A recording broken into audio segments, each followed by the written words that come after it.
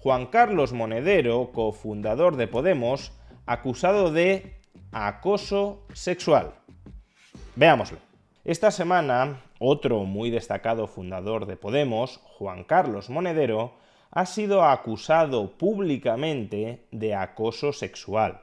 Y nada más conocerse estas acusaciones de acoso sexual contra Juan Carlos Monedero, las distintas organizaciones de las que forma o ha formado parte han comenzado a distanciarse y romper vínculos con él. Por cierto, a pesar de que, según publica hoy el diario.es, no un medio precisamente de ultraderecha, en Podemos tenían constancia desde el año 2016 de este tipo de acusaciones de acoso sexual contra Juan Carlos Monedero.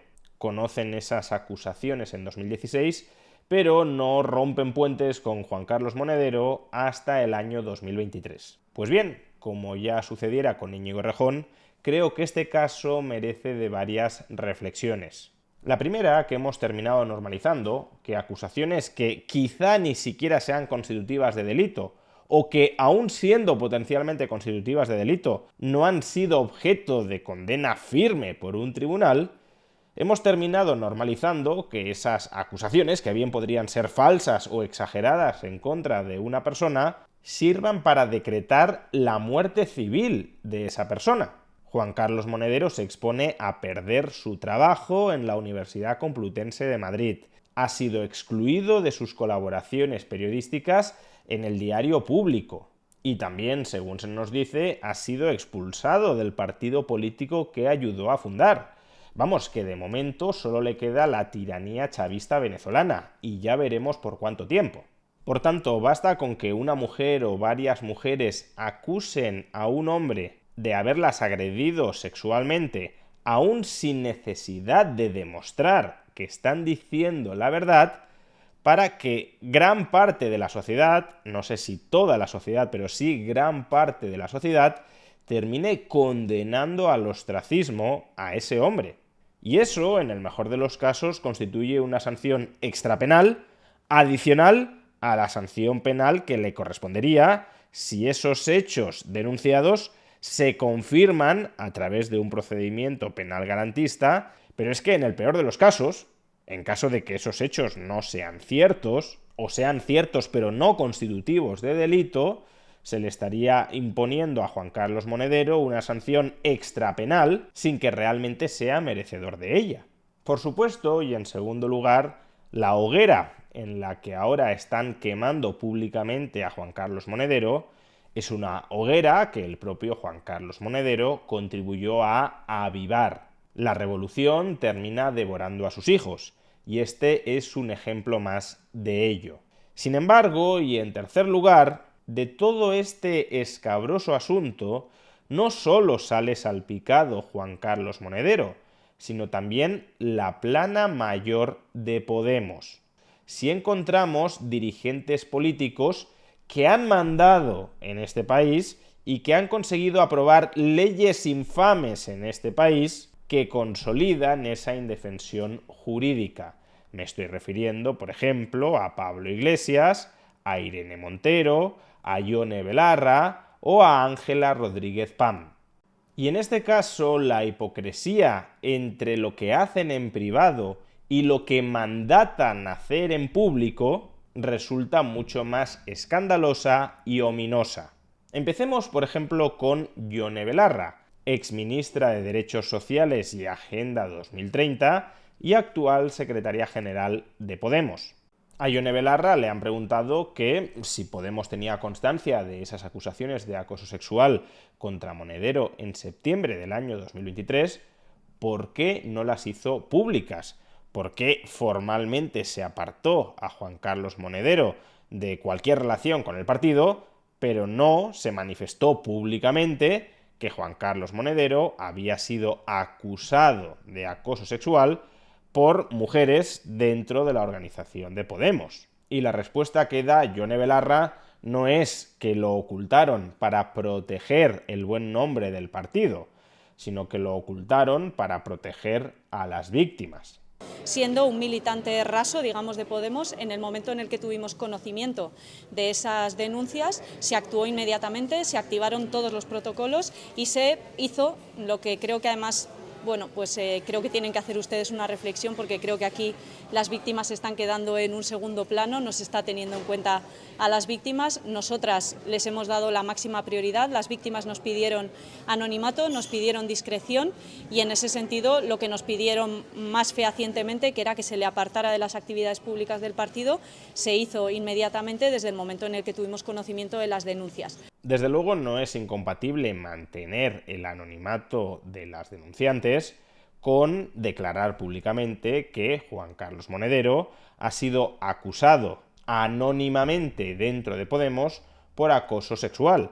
Pero Yone Belarra no quiso manifestar en aquel entonces en público que esas eran las circunstancias que, según ella misma sabía, rodeaban a Juan Carlos Monedero. ¿Y por qué no quiso hacerlo? ¿Para proteger a las víctimas, cuyo anonimato podrían haber preservado, o para proteger a Juan Carlos Monedero y sobre todo a Podemos, el partido de la que es secretario general? Bueno, pues si nos fijamos en cuáles fueron los términos de la despedida, del divorcio entre Juan Carlos Monedero y Podemos, creo que nos conformaremos una intuición.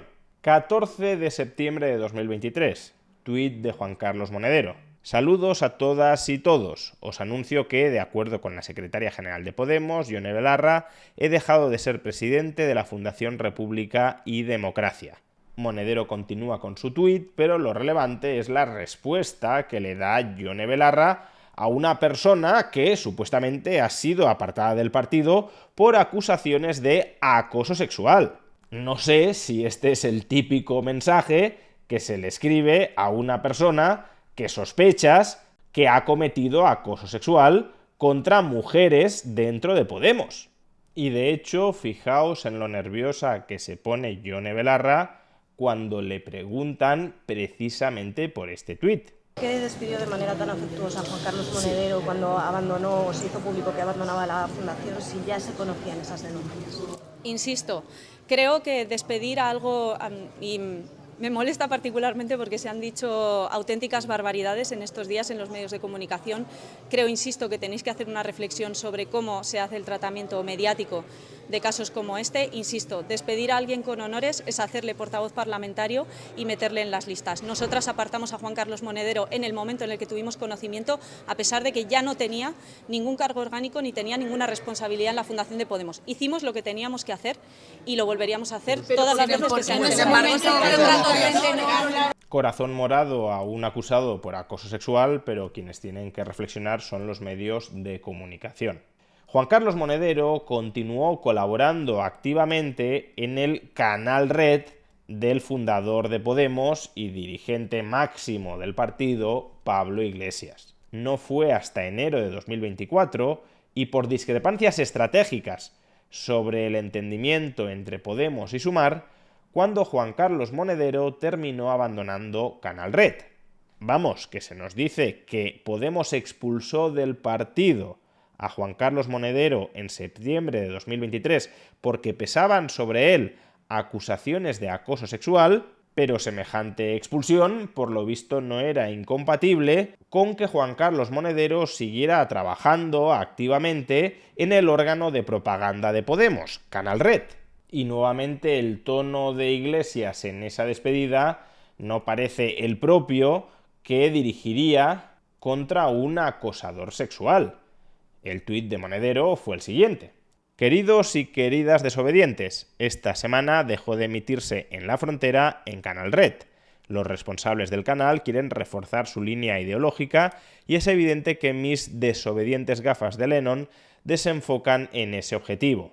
Monedero continúa con su tuit, pero de nuevo aquí lo relevante es la contestación de Pablo Iglesias. Gracias por todo, amigo. Nos encontraremos, como tantas otras veces. Y puño hacia arriba. Con lo cual, los mismos que nos estaban diciendo que solo sí es sí, que hermana, yo sí te creo, que hay que aislar dentro de la sociedad a los depredadores sexuales y que hay que construir espacios seguros para las mujeres, esas mismas personas que decían todo esto y legislaban En consecuencia, luego, cuando uno de sus amigos más cercanos es acusado de acoso sexual, o no se creen demasiado esas denuncias, o bien las excusan. Porque, repito, Pablo Iglesias mantuvo dentro de Canal Red a Juan Carlos Monedero durante meses después de que él supiera que estaba acusado en múltiples casos de acoso sexual.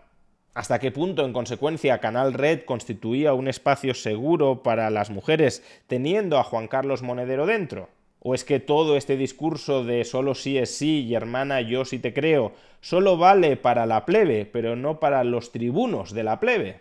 Y por supuesto, tanto Irene Montero como Ángela Rodríguez Pam o bien estaban de acuerdo con todo esto, es decir, que una persona acusada reincidentemente de acoso sexual por diversas mujeres, a las que sí o sí hay que creer desde su punto de vista, que esa persona siguiera trabajando, siguiera colaborando en términos muy amistosos, muy fraternales con Pablo Iglesias, con el marido de Irene Montero en Canal Red, pues al parecer nada de esto molestaba demasiado a Irene Montero o a Ángela Rodríguez Pam, o en el mejor de los casos prefirieron callar a denunciarlo públicamente.